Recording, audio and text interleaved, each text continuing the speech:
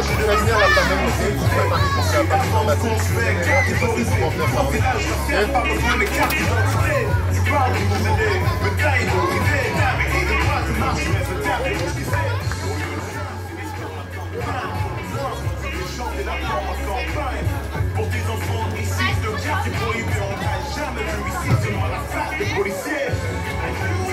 avez aimé? Vous avez vraiment aimé? Faites un peu plus de bruit.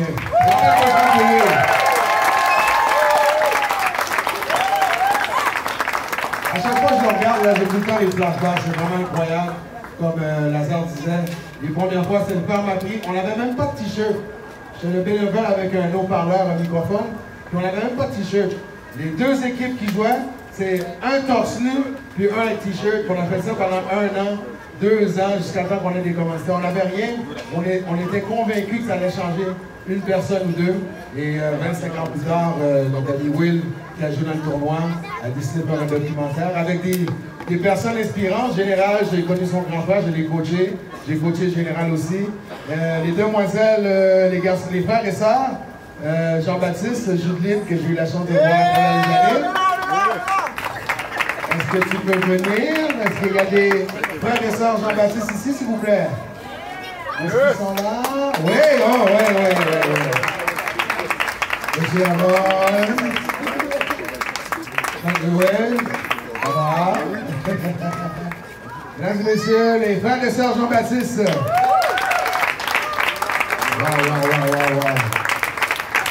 Et je vous ai vu à travers le temps, surtout Judeline, faire l'implication communautaire, elle a travaillé à la Maison des Jeunes, on a collaboré ensemble, je l'ai couru après les fois, mais elle est super énergétique, je l'adore, son petit frère aussi, monsieur qui est là, et les autres aussi qui ont eu la chance de voir. Est-ce que vous avez quelque chose à partager? Est-ce qu'il y a quelqu'un qui vous dit quelque chose? Que signifie le tournoi pour vous, ou l'implication communautaire? Vas-y. Merci. Même si tu ne filmes pas, garde son rôle.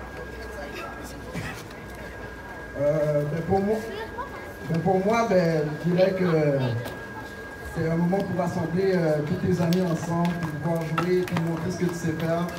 Puis aussi un moyen d'avoir du exposure. Il y a d'autres coachs qui sont là, qui te voient jouer, puis qui sont intéressés, ils viennent te parler, ça m'est déjà arrivé alors. C'est ça. Comme Luigi a pu le mentionner, moi j'ai eu la chance dans le fond de pouvoir organiser le basket de rue et d'y jouer également. Puis dans le fond, j'ai vraiment aimé mon expérience dans le sens où j'ai pu voir comment ça fonctionnait l'organisation d'un tournoi, mais d'y participer également. Dans le fond, ça a été vraiment une belle expérience de voir tout le monde qui était là, on était vraiment tous rassemblés, de voir aussi les personnes qu'on n'a pas vues durant toute l'année, pendant l'été on est loin, fait que c'est vraiment le fait qu'on soit tout le monde ensemble, tout le monde s'amuse, tout le monde est content. Bon, pour moi aussi, ça a été la même chose. L'expérience a été parfaite. Parce que la seule journée où tu pouvais voir les seules semaines où tu pouvais voir tout le monde de Montréal rassembler, jouer, s'amuser.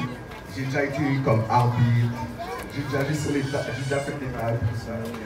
Derrière, l'expérience a été parfaite. Moi, je suis pas une fille de basket, mais je me suis impliquée comme bénévole au basket de rue à cause de ma soeur, qui travaillait à la Maison des Jeunes. J'ai aimé mon expérience, ça permet de rencontrer plusieurs jeunes. J'ai fait de la sécurité là-bas, mais ça n'a pas fonctionné, mais je passais les repas. Je ne suis pas trop grande. Mais sinon, c'est une bonne expérience. Comme ils ont dit, c'est une bonne expérience. Ça permet aussi de tisser des liens. Il y a des filles contre qui je jouais. On a fait équipe ensemble et je pensais jamais être amie avec eux. Et on a joué au basket ensemble, on a gagné. Et aussi, ça me permet de montrer notre talent.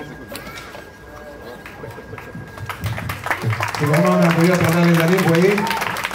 Et Lazare, qui était exposé ici ce soir, il fait un événement. Demain, il fait quelque chose, un concert pour la Journée internationale de la jeunesse au centre-ville. Il était un peu occupé, il voulait venir. Mais une chose que moi, avec lui, on échange souvent, c'est que grâce à ce tournoi-là, il y a beaucoup de personnes, je crois que 2-3 d'entre vous l'ont mentionné, c'est que du bénévolat. Dans les années 90, je vais vous dire, quand il m'a approché, moi je l'ai fait volontairement jusqu'à tout récemment, je le fais encore. J'ai fait des t-shirts avec amour, pas de profit, c'est vraiment des logos à chaque année, on les changeait, on essaie de trouver quelque chose un peu plus punch, puis le monde les collectionne. Mais aussi le bénévolat dans la communauté noire, tout ceux-là à qui j'ai parlé quand j'étais jeune et même maintenant, ils disent « Oh non, et bagaille blanc ». Non, vous savez qu'il y en a certains, j'imagine, Judeline a eu une lettre de référence si elle avait besoin pour dire qu'elle a fait du bénévolat dans une organisation d'événements. Donc, ça c'était important pour nous parce qu'il y a du monde qui avait des dossiers criminels, peu importe leur background, qui n'avait pas de diplôme, mais avoir une lettre de référence de bénévolat, ça a son poids, croyez-moi. Moi, j'en ai mis plein et j'ai eu la chance de tous les insérer, puis même de travailler dans les stations radio, c'est quoi, Musique Plus, un peu partout, grâce à bénévolat-là, impliqué-là. Et le monde, quand il voit ça dans votre CV, ils se disent, ah, cette personne-là est engagée. Elle est engagée, tu sais, elle veut mettre son 110%. Et je crois que vous l'avez réalisé que dans d'autres projets dans votre vie, vous avez donné un petit boost de plus, une compréhension haute quand on s'engage, on travaille dans d'autres choses, j'imagine. Est-ce qu'il y a quelqu'un qui a une expérience de ce genre à partager, qui a fait du bénévolat ailleurs ou qui s'est impliqué ailleurs? Est-ce qu'il y a quelqu'un d'entre vous, à part le 3, est-ce que vous avez fait d'autres choses, à l'école, au travail, quelque chose? OK. Ben, dans le fond, si on parlait, dans le fond, au secondaire 5, nous, à l'école, on a un cours qui s'appelle le projet intégrateur. Et donc, moi, j'ai utilisé mon expérience que j'ai eue dans l'organisation du basket de rue pour en faire un également. Donc, à l'école, moi, mon projet, c'était vraiment d'organiser un tournoi de basket également. Puis, dans le fond, toute la préparation qu'on a eue, donc le bagage vient du fait que j'ai organisé le basket de rue. Et vous savez aussi, une autre chose, ce tournoi de basket de rue-là, j'avais vu ce concept-là quand je passais mes étés à Brooklyn, quand j'avais 12, 13, 14 ans. Il y avait un athlète prospère qui s'appelait Earl Manigat, Earl the Goat, un super bon joueur de basket à Brooklyn. Quand il est tombé au cégep, au college, il est tombé dans l'héroïne. Et ensuite, 15 ans après avoir fait de l'héroïne, il a créé un tournoi de basket similaire à nous dans les années 80. Et quand Lazare m'a dit ça, j'ai dit, il faut qu'on fasse ça ici. Puis c'est ça qui a fait que le monde comprenne ça. Et je vous invite, jeunes, moins jeunes, ça soit de donner de l'eau comme qu'elle a fait, essayez de faire la sécurité, peu importe. Impliquez-vous, ça soit avec Woodstock, ça va avec n'importe qui. C'est valorisant, c'est chaleureux. Hier, je suis sorti de Saint-Georges-de-Beauce. C'est à 3h30 ici, puis les bénévoles que j'ai vus pour le tour cyclique de bicycle que j'ai dirigé pour, il y a des bénévoles, là, tu vois dans leurs yeux, ça rayonne, puis quand tu en parlais tout à l'heure, je l'ai vu que ça rayonnait la fierté, et tu t'impliques dans ta communauté dans ce sens-là. Donc c'est valorisant autant pour les personnes que qu'est-ce que tu offres aussi, et les personnes que tu supportes dans une organisation. Est-ce que un d'entre vous a quelque chose à dire? Question? Question. Est-ce que Will, tu peux désigner une personne parce que j'ai aveuglé par les lumières. Une personne ou deux? Une personne ou deux? Question pour Rosangie. Oui, question pour Rose. Oui, c'est qui son joueur préféré parce qu'elle joue comme Chris Paul? Je veux savoir son joueur préféré. Ton joueur préféré parce que tu joues comme Chris Paul? C'est Kobe. Moi, c'est Kobe. Moi aussi, c'est Curry. C'est Curry, yo. OK. Bon choix. Une autre question de monsieur? Oui? À lui? Avec le gros sourire? T'as une question, c'est quoi? Oh. Soit 1, 2, 3, 4 qui jouent, hein? Vous êtes 4? Qui... Je l'ai vu jouer, elle est intense, elle est passionnée. Lui, il a son style, Lui, j'ai pas encore vu jouer. On va faire un one-on-one. Disons qu'à la famille, c'est moi qui a amené le basket. Quand j'ai commencé à jouer au basket, tout le monde a suivi. Et oui, mon petit frère, je l'ai battu plusieurs fois. Mais aujourd'hui, c'est dur de le battre. Là, je peux te l'avouer. Mais le meilleur, c'est moi, ok? Mesdames et messieurs, encore une fois, la famille Jean-Baptiste. Quand vous êtes tous rendus à l'université, c'est Jean? Ben, moi, j'ai arrêté cégep parce qu'il n'y avait rien qui m'intéressait. J'ai fini mes cours de mécanicien en DEP, puis je travaille dans ce poste-là. Moi, j'étudie présentement à à l'université en finance et je travaille également chez En quoi? Ah, ok. J'étudie en finance à l'université et je travaille présentement chez Desjardins. Bon, ben moi, je suis au cégep. Je suis au cégep, mais je suis en informatique. Pour moi, c'est une passion. Puis c'est ça. C'est cool. J'étudie à l'Université de Montréal en enseignement du français langue seconde et je me consacre à mes études. Je suis au cégep en sciences humaines.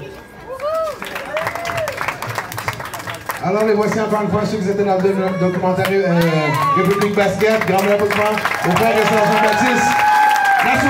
Saluez mamie pour moi. Oh mamie, en plus moi j'ai parce que si vous faites 5 petits ou comme ça, vous faites pour manger solide, net. Va lui parler.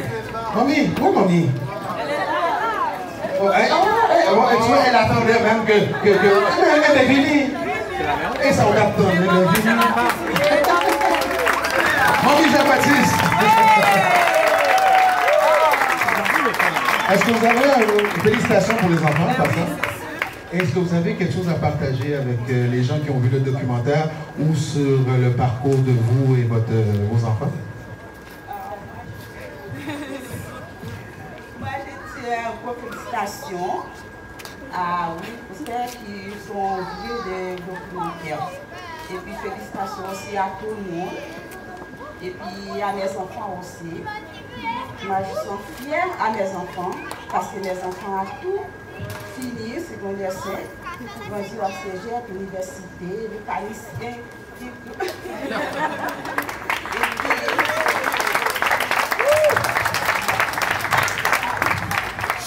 Moi, j'ai ma fille, Monica, qui a fini secondaire 5 en mois de juin. Mais c'est parce qu'elle travaille ce soir, elle n'est pas là ce soir. Elle n'est pas présente au travail. Ça fait combien de temps que vous habitez à Montréal? Vous habitez toujours à Montréal? Oh oui, moi je fais mes enfants à Montréal. Avant, je suis habitée à Boissard, qui est Saint-Michel. Et puis que mes enfants ont grandi au fond d'ici à Montréal-Nord, au fond, ça fait 10 ans que j'habite dans ces coins-là. Ok, merci. Ok, merci beaucoup. Et je vais venir manger bientôt. Merci Lalo. Merci Lalo. Je l'avais même pas vu. Wow, toujours aussi émouvant voir le résultat d'une idée. C'était une idée à hasard. Je l'ai secondé avec ses collègues. Moi, je ne sais pas de travers de rue. J'étais un jeune rappeur qui joue au basket. Puis il dit, hey, t'as plein d'énergie, toi. Je veux t'embarquer dans mon équipe. Je ne sais pas comment jouer au basket, mais t'as l'air à savoir quelque chose. Puis comment organiser, tu fais des shows. Viens-t'en. So, ça me fait plaisir encore une fois. Maintenant, en parlant de rap, j'ai commencé à rapper ici en 88, on n'en parlera pas, j'ai les cheveux gris, j'ai été obligé de me raser avant de venir ici. On n'en regarde pas ça, s'il vous plaît. À la danse Henri Bourassa en 88, mon premier show à 15 ans, j'ai gagné 50 $. J'étais super nerveux, j'ai oublié mes paroles, mais je l'ai gagné l'argent, j'étais déterminé, autant que dans le basket. Mais le rap a continué et Will a décidé, il y a environ, en 2004, on s'est croisés quand on a été interviewé Wyclef Jean. Et il m'a parlé de ce projet-là, tu t'en rappelles? On a attendu, je crois, 14 ans, toute la journée. Il est arrivé à Rivière Wyclef avec le groupe Mosaïen.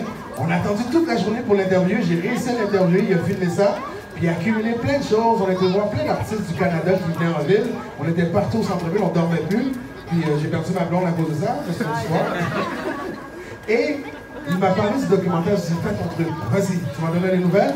Il m'appelle quelques années après, on s'est croisés, j'ai dit, puis le documentaire, il a perdu tous les bandes, tous les enregistrements de tous les artistes qui avaient été interviewés depuis quelques années.